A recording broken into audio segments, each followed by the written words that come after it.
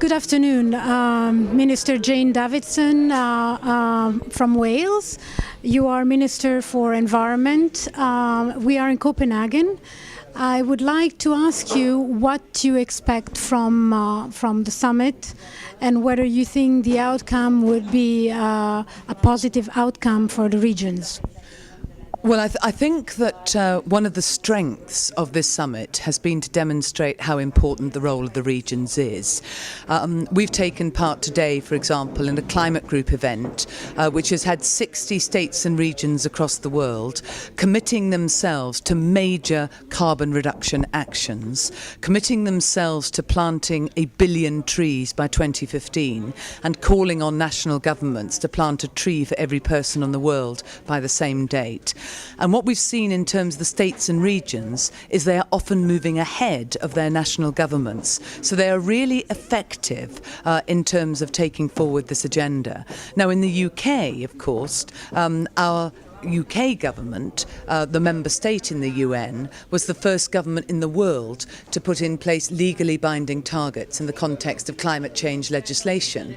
And that has enabled us in Wales, for example, to make a 40% commitment by 2020. It's enabled Scotland to make similar commitments, and Northern Ireland is looking at climate action as well. So that where you have a UN member state that is leading from the front, it can often lead regions to come up behind it and then overtake it.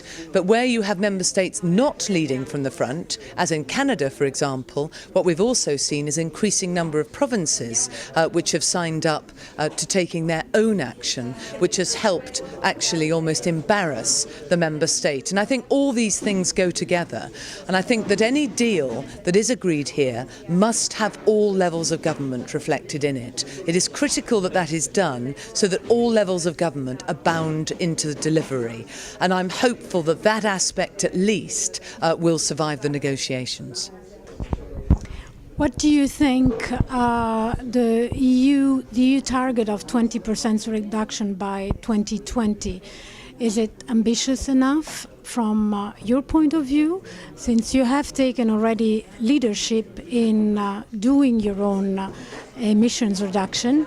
Do you think a 20% for a bloc of 27 countries is enough, or you would like to see better leadership, or just for the EU to take the leadership to go to the 30% reduction, regardless of other industrialized countries doing the same?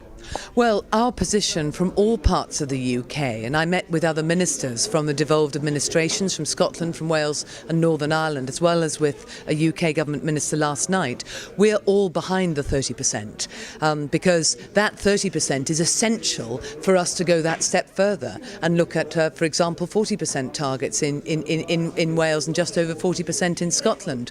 So it is very, very important, I think, if we're absolutely serious about this agenda, and we should be serious about this agenda, because today I heard the President of the Maldives. Now, the President of the Maldives has become quite famous across the world because he had an underwater cabinet meeting in front of the world's media to show what the effect of not taking action would be on the Maldives. And of course we're seeing many other countries across the world, particularly in the Indian subcontinent and other, where millions of people will be displaced by sea level rise.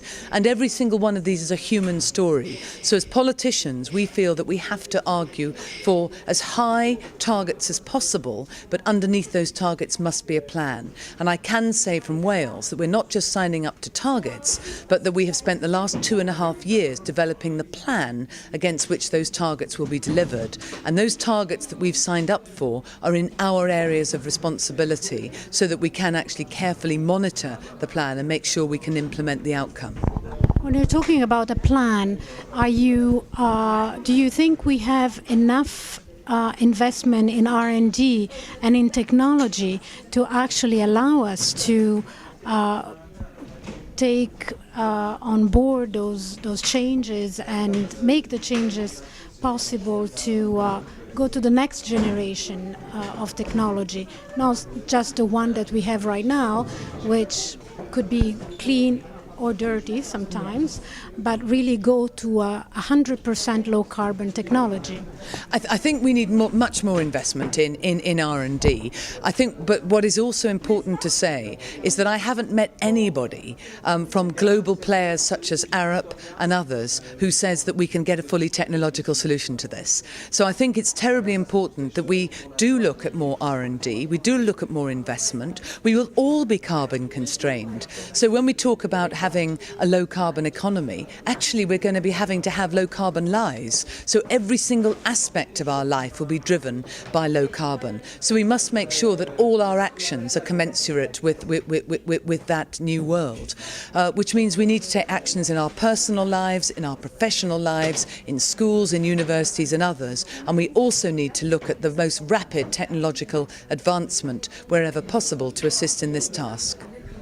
Do you see, when you're talking about taking steps to change the way we live, do you see citizens being aware of this fact, and do regions or local governments taking steps to inform properly citizens that they have to change the way they live and take public transportation, for example, rather than their cars? Well, I think it's a combination of what legislation regions can put in place, what regulations. I mean, for example, in Wales, what we've done is to make sure that we don't end up with energy inefficient buildings for the future. We've made changes in the context of our planning legislation.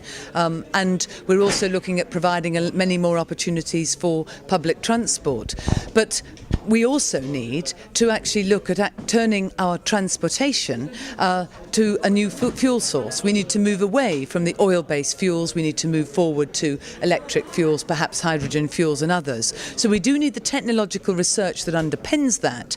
But I think the critical partnership that is going to come out of this particular meeting may well be the partnership that actually looks at how quickly we can bring electric vehicles to people. Because what this should not be is what we would call a hair shirt lifestyle. This is not about saying that we have to move back into the dark ages. There are actually tremendous economic opportunities, and we know that those who are most entrepreneurial, those who seize those economic opportunities, those who see what's happening and respond to it appropriately will do well. And I think that the world could be in a much better place with a good deal at Copenhagen that we can then all support as regions across the world.